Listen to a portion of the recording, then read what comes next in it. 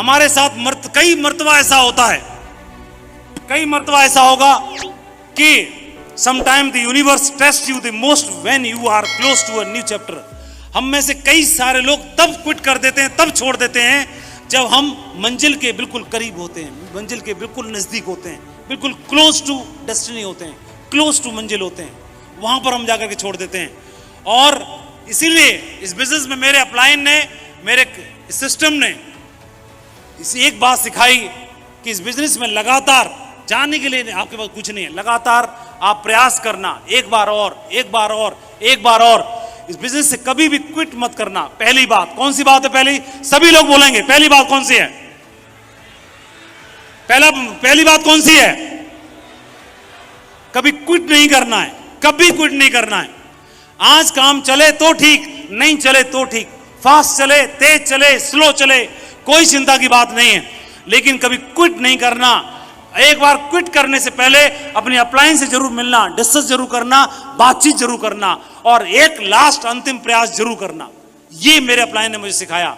जब भी मैं निराश होता था, मेरे को लगता था कि मैं बिजनेस छोड़ दूं, मेरे को लगता था कि मैं क्विट कर दूं, तो मेरे को ये बात दिमाग में याद आती थी। उन्होंने बोला था पहली बात, कभी क्विट मत करना और संपर्क में रहना, और जाने से पहले फाइनल अपने अपलाइन से बातचीत करके, मीटिंग करके जरूर निकलना। और ये बात जब मेरे दिमाग में गई, तो जब भी मैं निराश होता था, रिजल्ट्स नहीं आते थे, तो मैं अपने अपलाइन से मिलता था, बात करता था और फिर दोबारा से रिचार्ज हो जाता था, नया इतिहास बनाने की कसम लेकर के, कमिटमेंट लेकर के फिर से तैयार खड़ा होता था। ये मेरे अंदर जिसने लगातार ऊर्जा का संचार किया, ये सबसे बड़ी चीज मेरे लिए रही, पहली। और दूसरा, इसके पीछे कारण और भी है। एक बार की बात है कि सच्चे बादशाह गुरु नानक देव जी, एक बार क्या हुआ, एक भगोने में दूध था और दूध में अपना हाथ फिरा रहे थे, और दूध में हाथ फिराते फिराते फिराते फिराते काफी टाइम हो गया। तो शिष्य ने बोला कि गुरुदेव आप क्या ढूंढ रहे हैं दूध में? बोले मैंने सुना है कि दूध में घी होता है, घी, तो वो घी ढूंढ रहा हूं, कहां है?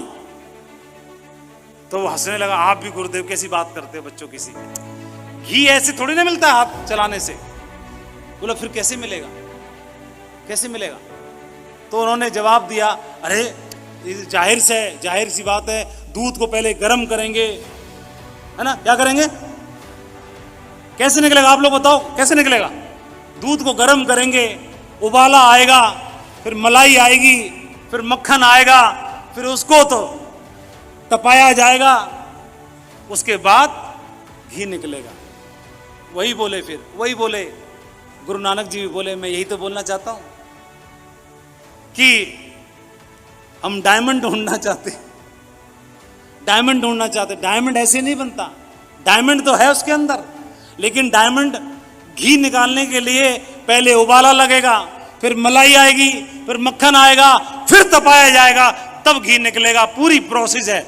ऐसे ही जो भी यहां पर एंट्री मारेगा, असल में घी ना बनेगा, पहले उबाला मारना पड़ेगा, फिर तपाया जाएगा, फिर खोलेगा, मलाई आएगी, मक्खन निकलेगा, उसके बाद जब तपेगा तब उसमें से घी का मूल्य बनता है, तब वह मूल्य बनता है।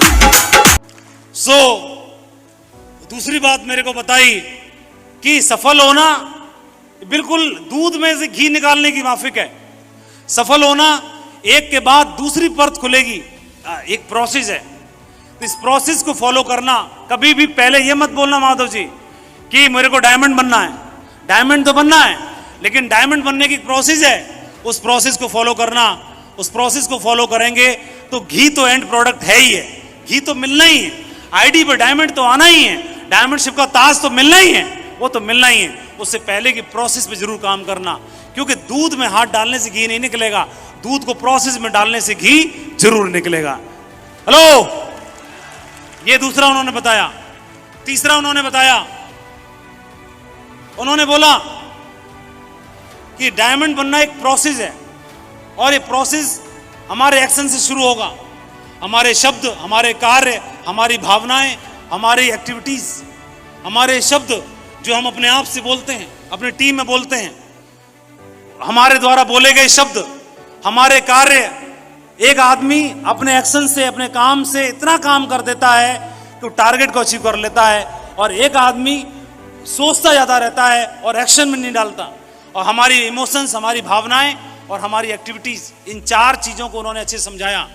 और ये बताया, एक बार एक राजा था और अपने हाथी पे सवार होकर के राज्य के भ्रमण पे निकला, और राज्य के भ्रमण पे निकलने के बाद देखा तो रास्ते में बाजार था। बाजार में एक ऐसा दुकानदार था जो चंदन की, जिसकी दुकान थी, चंदन की लकड़ी बेचने की दुकान थी। राजा का हाथी रुका और अपने मंत्री से बोला, चंदन की जो व्यापारी था उस दुकान के सामने जाकर के हाथी रुका, मंत्री से बोला कि मंत्री जी, पता नहीं मेरे अंदर से पता नहीं क्या बात है, लेकिन इस दुकानदार को मुझे फांसी की सजा सुनाने का दिल कर रहा है ऐसे अंदर से। वैसे मुझे प्रॉब्लम कुछ नहीं इससे, इसने मेरे को कुछ पंगा नहीं किया, लेकिन अंदर से मेरे भाव आ रहा है इसको फांसी की सजा सुनाऊं। मंत्री को समझ में नहीं आया महाराज ने ऐसे क्यों बोला। महाराज वापसी हो गए। मंत्री आया और उसके बारे में पता किया, चंदन के दुकानदार, लकड़ी के दुकानदार के बारे में पता किया कि महाराज ने इसके बारे में सोचा क्यों। तो पता चला वो चंदन की लकड़ी का व्यापारी इतना दुखी था, कोई भी चंदन खरीदता नहीं था, कोई नहीं खरीदता था, और वो इतना परेशान था कि मेरा व्यापार नहीं चल रहा, मेरी दुकान नहीं चल रही।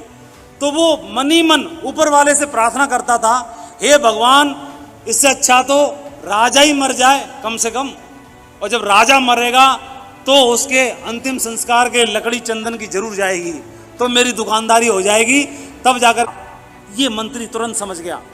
अब मंत्री चाहता था कि इसको मृत्यु दंड ना मिले, इस व्यक्ति को भी, और मंत्री ये भी चाहता था कि राजा के प्रति इसके मन में बुरे विचार भी ना आए। तो वो दुकान पे गया, अनजान आदमी बनकर के मंत्री, और उसकी दुकान से थोड़ी सी चंदन की लकड़ी खरीदी, थोड़ी सी, और जैसे ही खरीदी वो खुश हो गया, खुश हो गया। और जब खुश हो गया तो उस लकड़ी को लेकर के मंत्री ने राजा के पास भेजा, बोला कि उसी चंदन के व्यापारी ने महाराज आपके लिए तोहफा भेजा है। तो राजा ने उस लकड़ी को देखा, वो महक रही थी, वो इतनी महक रही थी, तो राजा बड़ा प्रसन्न हुआ और अपने आप से अफसोस हुआ कि इतना अच्छा आदमी था, उसने मेरे लिए तोहफा भेजा और उसको मैं मृत्यु दंड देने जा रहा था, मेरे से पाप हो जाता। तो राजा के विचार अपने आप बदल गए और राजा ने बोला कि ठीक है, उस व्यापारी को मेरी ओर से 50 सोने की असरफियां देके भिजवाई जाएं। 50 सोने की असरफियां दान में जब व्यापारी के पास पहुंची तो बोला, हमारा राजा कितना अच्छा है, हमारा राजा कितना अच्छा है, मैं तो सोचता था कि राजा ही मर जाए, और राजा ने तो मेरे लिए 50 सोने की असरफियां भिजवाई।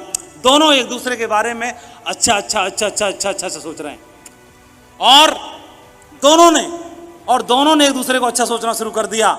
मैं यही बताना चाहता हूं दोस्तों, पूरा ब्रह्मांड ऊर्जा से जुड़ा हुआ है, और जब भी हम अपनों के लिए, अपनी टीम के बारे में किसी भी प्रकार से बुरा सोचते हैं तो वो हमारे साथ भी बुराई होना शुरू हो जाता है।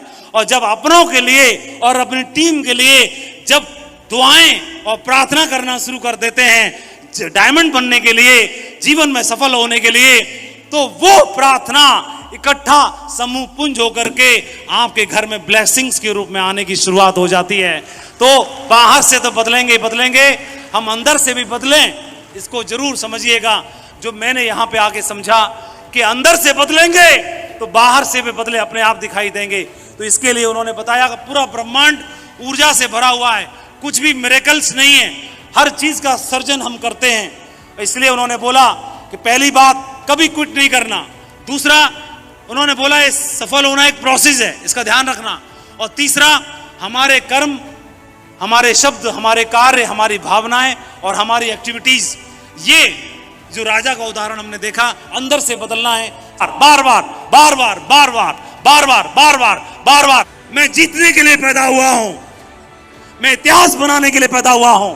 अपने आप से बार बार यही बोलना है, यही बोलना है, बार बार बार बार बार बार बार बार बार बार बार बार बार बार बार बार मैं इतिहास रचने के लिए पैदा हुआ हूं, मैं जीतने के लिए पैदा हुआ हूं, मैं कुछ करने के लिए पैदा हुआ हूं।